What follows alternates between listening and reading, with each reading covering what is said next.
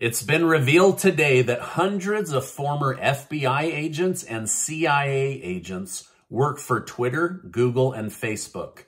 The FBI tells Elon Musk to stop spreading conspiracy theory, but refuses to share their own records about manipulating Twitter employees. It's also been revealed that Nancy Pelosi was aware of the Capitol attacks before they happened, but refused to let the police know about them. And Sam Bankman-Fried of FTX posts the largest bail in world history, $250 million. Thank you so much for liking and sharing these videos. It really helps me out. Also, stick with me to the very end where I tell you about how you could win $500 in cash and the opportunity to work with me directly on your finances or getting out of debt. I'll put details at the end of this video. The Senate side of Congress has passed the $1.7 trillion spending bill. The bill was held up by Senator Mike Lee of Utah as he desperately tried to keep Title 42 in place so that the country would not be overrun with illegal immigrants at the southern border. But ultimately, it was struck down and voted on and passed by the Senate. The bill will now move to House Speaker Nancy Pelosi, where she says the House might not be able to vote on the bill until Saturday because of inclement weather. However, she says that she desperately wants to pass the bill since it is her last act as Speaker of the House. Speaking of Nancy Pelosi, Republicans have released a new report today that shows that Speaker Pelosi failed to communicate with the Sargeant of Arms at the Capitol to have enough people in place. She also denied a request for the military to have a presence, as she feared it would look bad to have the U.S. military protecting the Capitol on January 6. However, the same report shows that Nancy Pelosi and Capitol Police were well aware a week in advance of groups that were planning to attack the Capitol, and yet they decided not to have the military, the National Guard, or enough police on duty on January 6th. 6,500 flights have been canceled or delayed because of the polar vortex hitting the U.S. northern states. The airports are asking for patience as they deal with massive scheduling nightmares and anxious Christmas travelers. The FBI is hitting back at Elon Musk and Twitter over the Twitter files that I've been sharing with you. The FBI is shrugging off all the damning details that are coming out about how they manipulated Twitter employees and planted seeds of doubt in their mind about the Hunter Biden laptop leading up to the 2020 election. They have told Elon Musk to stop spreading conspiracy theory. They're now calling this proof conspiracy theory, while at the same time, the FBI says they won't release emails, meeting schedules of agents, or Slack channel communications with the public. That's private information. But Elon Musk, you better stop telling people the truth. I mean, conspiracy theories. Now, on this same day, the Daily Mail journalist broke a story about how hundreds of former FBI and CIA agents now work for Twitter, Facebook, and Google. They have their own private Slack channels that other employees are not allowed to look at. They make top decisions on what people can see or hear on social media networks. In other words, these formerly trained agents are now controlling speech on social media, and no one was aware of it until now. Doesn't this sound like something right out of George Orwell's 1984 book on controlling people by controlling their thoughts and their words? Let me know in the comments down below, do you think the government or the FBI or the CIA are going to retaliate against Elon Musk and make his life difficult? He's basically done what Edward Snowden did, which is tell the American people their government was spying on them and manipulating them. He then had to run for his life and become a Russian citizen. But I'd be very, very curious to know in the comments down below, what do you think is going to happen between Elon Musk, the FBI, and the CIA? Because they are furious that he has pulled back the curtain on their scheme. Well, today the stock market is green as most indexes are up about 0.5 percentage point. However, many individual stocks are puking all over the place and giving up gains.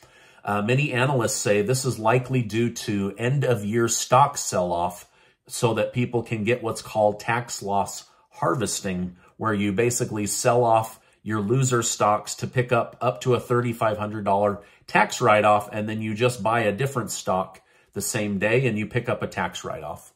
Gold and silver are also slightly down today. New data out today shows that the Biden administration made a good move for the U.S. government and a not so good move for the American people. The White House revealed that while it was releasing 180 million barrels of oil, they were selling it to refineries for around $96 a barrel, which is $22 more per barrel than what we're paying now. These news reports show that the U.S. government made about $4 billion off the American people. While at the same time, Biden and the Biden administration were telling oil companies not to gouge the American people, they were selling oil to refineries for above asking prices. So just straight up hypocrisy, if you ask me. Now, oil prices have come down gratefully. However, the U.S. government will begin refilling the strategic petroleum oil reserves, which could push up the price as there's more demand on oil and could make gasoline prices go up again in early 2023. But again, gratefully, gas prices are down about $1 a gallon, which is amazing. But sadly, diesel prices remain high as the diesel shortage has not been dealt with at this point. A new study shows exercise was a great way to beat COVID and recover from COVID because it boosted immunity. Now, isn't it funny that gyms were shuttered all across the country, and gym owners who dared to reopen in order to avoid losing their job or firing employees were publicly harassed and shamed at every turn? I guess we owe them an apology, but my guess is they're never going to get one. Anyway, don't forget to exercise and eat your vitamins to fight off disease and viruses, because this new data shows it does boost immunity to work out. Ukraine's President Zelensky has made his first known trip out of Ukraine to visit the United States and plead for help. According to the White House, this meeting was very successful. Now, yesterday, President Zelensky stood in front of U.S. Congress and delivered a 23-minute speech. During the speech, Zelensky likened previous wars the United States has fought. He stated, just like brave Americans, soldiers fought on the front lines to fight back Hitler's forces during Christmas of 1944, brave Ukrainian soldiers are doing the same to Putin's forces this Christmas.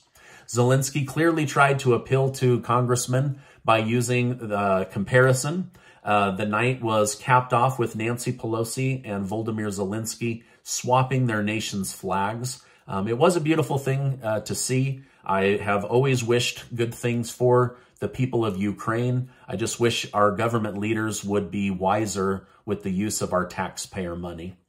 It also seems that Zelensky had good luck with President Biden. During the press conference after meeting, Biden proclaimed the United States will stand with Ukraine for as long as it takes. Zelensky reiterated that he does not want to seek peace with Russia unless Russia is willing to pay back the damages they've inflicted on Ukraine.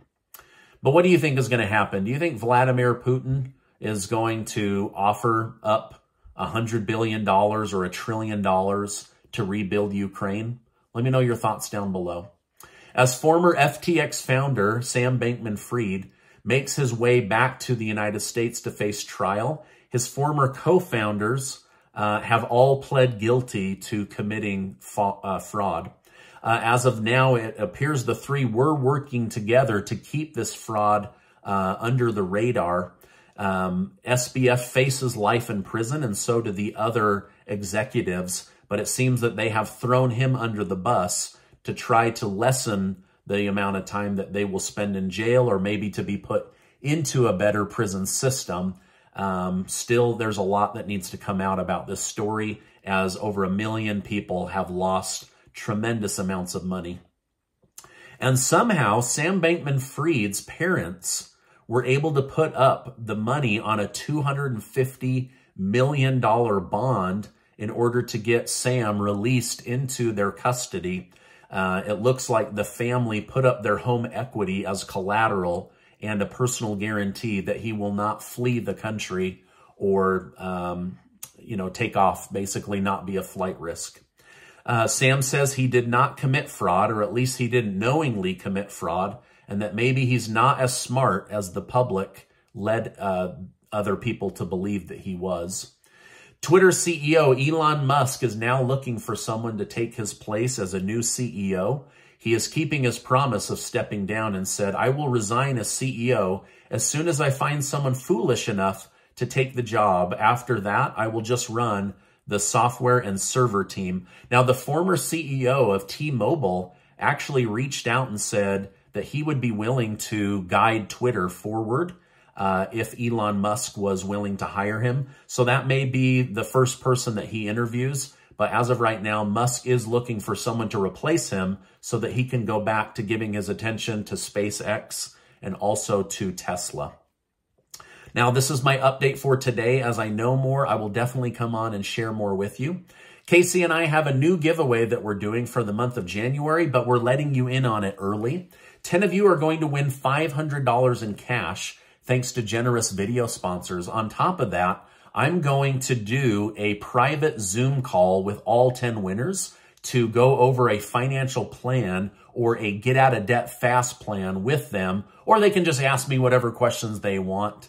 But I'm excited to get on and do some private coaching for free with people right here in my YouTube community. And we're going to give each winner $500 to start the year off right. Now, before you go, I want to remind you that you are amazing. Make sure to check out this important video and get subscribed to the channel, and I'll see you on the next video.